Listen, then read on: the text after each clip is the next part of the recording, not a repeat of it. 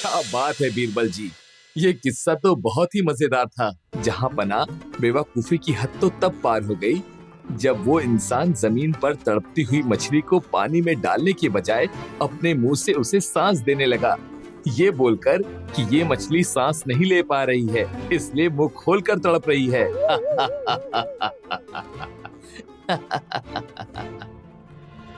महाराज की जय हो। महाराज इंसाफ कीजिए, इंसाफ कीजिए महाराज, इस आदमी ने मुझे धोखा दिया है। क्या हुआ? कौन है आप और किसने धोखा दिया है आपको? महाराज मैंने कोई धोखा नहीं दिया, बंसी झूठ बोल रहा है। एक एक करके हमें अपना मसला बताओ। पहले तुम कहो फरियादी, क्या बात है?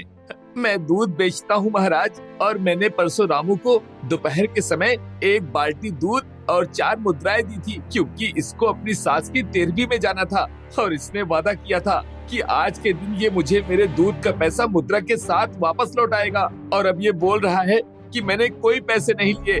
मैं तो हफ्ते भर से यहाँ था ही नहीं, मैं तो अपने दोस्त शिव कुमार के घर गया था। तो रामू, क्या तुमने बंसी से पैसे लिए थे? मैंने कोई पैसे नहीं लिए महाराज, मैं अपने दोस्त को इस बात की गवाही देने के लिए यहाँ बुला सकता हूँ। ठीक है, तुम सच बोल रहे हो या झूठ, इसका फैसला तुम्हारे मित्र की गवाही के बाद ही होगा। माफ करिएगा आलमगीर, लेकिन रामू का मित्र अपने मित्र के पक्ष में झूठी गवाही भी तो दे सकता है। तो बताओ रामू, क्या तुम्हारे पास कोई और सबूत है कि तुम वहीं पर थे? और बंसी, क्या तुमने किसी के सामने रामू को पैसे दिए थे? नहीं बीरबल जी, मैंने अकेले में ही पैसे दिए थे। मेरे पास एक सबूत है महाराज, उस गांव के सेठ धनी राम जी, जिसने मेरे मित्र को कुछ मुद्राएं कर्जे के रूप में दी थी, उस समय मैं उसके साथ ही था। और इन महाशय का कहना है कि उस दिन मैंने इनसे पैसे लिए थे। अब आप ही बताइए महाराज, यहाँ से मेरे मित्र का गांव 100 मील दूर है, तो मेरा यहाँ से वहाँ होना कैसे संभव है? ठीक है, अपने मित्र और सेठ धनी राम को यहाँ गवाही के लिए बुलाओ, तभी तुम बच सकते हो। तो बताइए धनी राम जी, क्या रामू परसों के दिन तकरीबन दूसरे पहर में आपके पास आया था? जी हाँ महाराज, ये अपने मित्र शिव कुमार के साथ मेरे पास आया था। इसके मित्र को उसके पिता के इलाज के लिए कुछ धन की आवश्यकता थी। मसला खारिज हुआ। तुमने रामू पर झूठा इल्जाम लगाकर फंसाने की कोशिश की है। अगर तुमने दोबारा ऐसा किया तो तुम्हें 1 साल कारागार की सजा होगी। मैंने कभी जीवन में झूठ नहीं बोला महाराज, तो अब क्यों बोलूंगा? मैं सच बोल रहा हूँ। सिपाहियों, इनको बाइज्जत दरबार से बाहर छोड़ कर आओ। झूठे आंसुओं की हमारे सामने कोई कीमत नहीं है। अब आप जाइए और इसे हमारी आखिरी चेतावनी समझिए।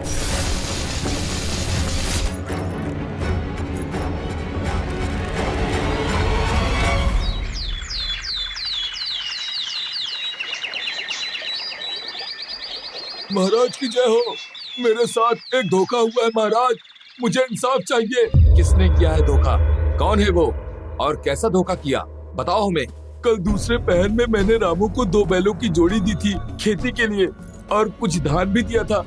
उसने कहा था आज वो मुझे धान और मेरे बैल लौटा देगा, लेकिन जब मैं आज उसके पास अपना धान और बैलों की जोड़ी लेने गया, तब उसने ये कहकर मना कर दिया कि उसने कोई धान और बैल नहीं लिए। वो तो मुझसे कभी मिला ही नहीं। रामू को पेश किया जाए।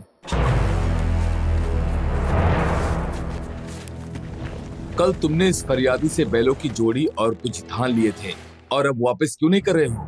इससे पहले भी तुम पर ठगी का आरोप लगा था, उसमें तो तुम गुनहगार साबित नहीं हुए थे। तो अब क्या है ये सब? महाराज मुझे माफ करिए, पर ये सब मुझे फंसाने की साजिश है। मैंने कोई बैलों की जोड़ी नहीं ली, ये जरूर उस बंसी से मिला हुआ होगा। आप जरा इनसे पूछिए, जब मैं इनसे मिला था तब समय क्या हुआ था? बताइए फरियादी, जब रामू आपसे मिला था तो क्या समय हुआ था? दूसरे पहर का समय था महाराज। देखा महाराज इनका झूठ। दूसरे पहर, दोपहर तो मैं यहाँ आपके सामने था। रामू ठीक कह रहा है, वो कल दूसरे पहर से तीसरे पहर शुरू होने तक यहीं हमारे सामने था। तो ये कैसे मुमकिन है कि रामू आपके साथ भी वहीं पर था? ये मुमकिन है महाराज, मैं नहीं मान सकता कि रामू कल ठीक उसी समय यहाँ मौजूद था। फरियादी, तुम कहना क्या चाहते हो कि हम झूठ बोल रहे हैं? तुम जानते हो ना तुम किसके सामने खड़े हो? माफी महाराज, माफी। मेरे कहने का ये मतलब नहीं था कि आप झूठ बोल रहे हैं। आप तो न्याय प्रिय हो महाराज। मैं सिर्फ ये कहना चाहता हूँ कि मैं भी झूठ नहीं बोल रहा हूँ। कल रामू मेरे साथ ही था। महाराज, मैं कोई भूत या प्रेत तो नहीं हूँ ना? जो पलक झपकते ही यहाँ और पलक झपकते ही वहाँ रहूंगा। मैं आपसे विनती करता हूँ महाराज, मुझे रिहा किया जाए। मैंने कोई गलती नहीं की, ये सब मेरे खिलाफ की गई साजिश है। रामू की बात सही है, तुम सफेद झूठ बोल रहे हो फरियादी। हम बिना किसी ठोस सबूत के रामू को सजा नहीं दे सकते। ये रामू के साथ अन्याय होगा। जाओ सबूत लेकर आओ।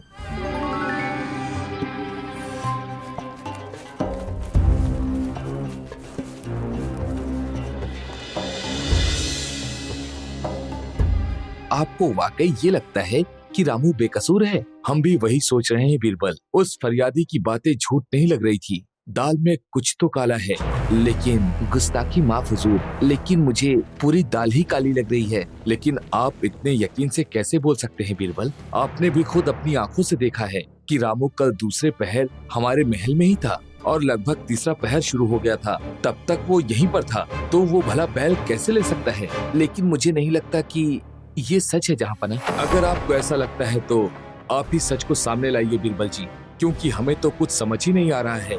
हमें लगता है ये सब रामू को फंसाने की साजिश है। ठीक है जहाँपना, कल फिर से रामू को दरबार में बुलाते हैं। गुस्ताखी माफ आलमपना, बस आप मेरी हाँ में हाँ रखिएगा। कल ही दूध का दूध और पानी का पानी हो जाएगा आलमपना। ठीक है बीरबल।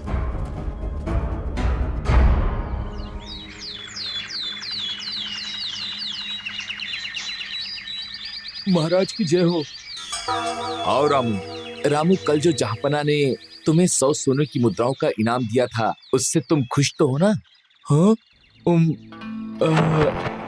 जी हाँ महाराज, मैं खुश हूँ। और साथ ही आलमगीर ने तुम्हें इस नगर का सबसे ईमानदार व्यक्ति घोषित किया है। कल तुम्हें पूरे दरबार के सामने बड़े इनाम से सम्मानित किया जाएगा। बस कल तुम समय रहते आ जाना।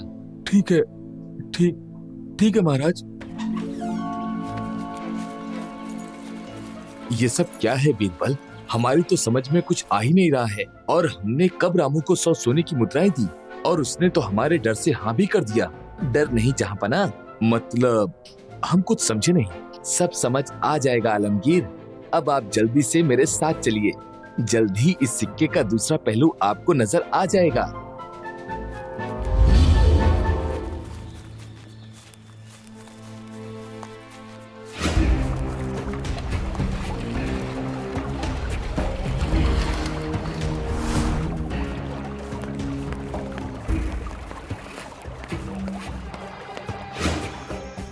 तुम्हें कुछ दिख रहा है बीरबल? हाँ जहाँपना, रामू चलते चलते रुक गया है। लगता है किसी का इंतजार कर रहा है वो। वहाँ झाड़ियों की तरफ से कोई आ रहा है बीरबल, लेकिन उसके चेहरे पर नकाब है। ये कौन है बीरबल? इसका चेहरा तो नकाब से ढका हुआ है। मुझे तो कोई नकाब पोश नजर नहीं आ रहा है जहाँपना। नहीं बीरबल, आप गौर से देखिए। ये रामू इस नकाब पोश से लड़ क्यों रहा है बीरबल?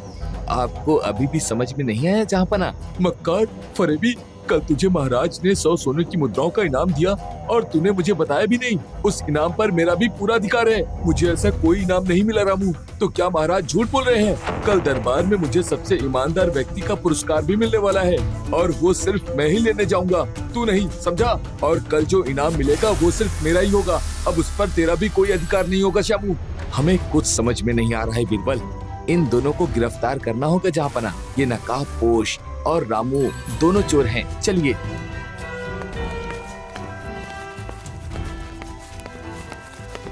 इनाम में कारागार की सजा होगी तुम दोनों को रामू।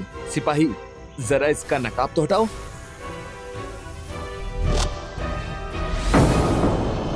ये रहा जवाब जहाँपना। सिक्के का दूसरा पहलू। एक बेईमानी करता है तो दूसरा उस बेईमानी को गलत साबित करने के लिए किसी और जगह पर होता है। इतना बड़ा धोखा तुम्हारी जुर्रत कैसे हुई? इतना बड़ा गुनाह करने की, लोगों से ठगी करके उनकी मेहनत की कमाई लूटकर सोच रहे थे बच जाओगे? सिपाहियों, गिरफ्तार कर लो दोनों को।